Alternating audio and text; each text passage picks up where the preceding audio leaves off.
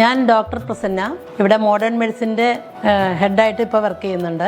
ആയുർവേദത്തിൻ്റെ കൂടെ ഒരു അലോപ്പതി എന്നുള്ളൊരു തോന്നൽ ആരുടെ മനസ്സിലും ഉണ്ടായിരുന്നില്ല. ഒരു സപ്പോർട്ട് അതിനാവശ്യമാണെന്ന് എനിക്ക് ഇവിടെ വന്നപ്പോഴാണ് ശരിക്കും തോന്നിയത്. കാരണം ഒരു വസ്തി ചെയ്യുക, അല്ലെങ്കിൽ ടയേർഡ്നെസ് വരിക, ഷുഗർ ഉള്ള പേഷ്യൻ്റ് ഉണ്ടാവുക, അതല്ലെങ്കിൽ BP ഉള്ള പേഷ്യൻ്റ് ഉണ്ടാവുക, അങ്ങനെയുള്ള പേഷ്യൻസ് മരുന്ന് കഴിച്ചുകൊണ്ടായിരിക്കും വരുന്നത്. ചിലപ്പോൾ അവർ ഡൗൺ ആവാം, ചിലപ്പോൾ ചെസ്റ്റ് പെയിൻ വരാം. അങ്ങനെ കുറേ സൈഡ് ഇഫക്ട്സ് വരാവുന്ന ട്രീറ്റ്മെൻറ്റുകളും ബുദ്ധിമുട്ടുള്ള ട്രീറ്റ്മെൻറ്റുകളും ഉണ്ട്. അത് ചെയ്യുമ്പോൾ അതിനൊരു സപ്പോർട്ട് ഒരു മോഡേൺ മെഡിസിൻ്റെ ഭാഗം ആവശ്യമാണെന്ന് എനിക്ക് പലപ്പോഴും തോന്നിയിട്ടുണ്ട്.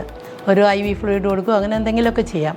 വല്ല ഫ്രാക്ചർ കേസായിരുന്നു ഇവിടെ കൂടുതലും ഉണ്ടായിരുന്നത്. അപ്പോൾ ഒരു വേദന സംഹാരിയോ അല്ലെങ്കിൽ എന്തെങ്കിലും ഒന്ന് എമർജൻസിയിൽ ചെയ്യാനായിട്ട് വളരെ അത്യാവശ്യമായിരുന്നു.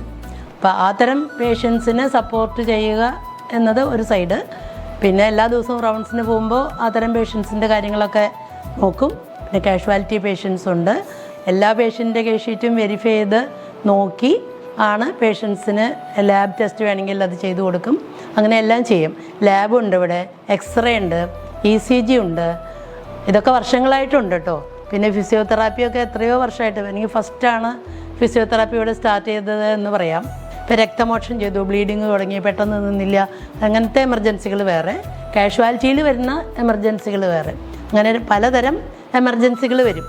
ആ എമർജൻസിയിലൊക്കെ ഒരു സപ്പോർട്ട് ഉണ്ടെങ്കിൽ ആയുർവേദത്തിന് കുറേ അധികം ഫ്ലറിഷ് ചെയ്യാൻ പറ്റും. അതാണ് ഹോസ്പിറ്റലിൻ്റെ ഇമ്പോർട്ടൻസ്.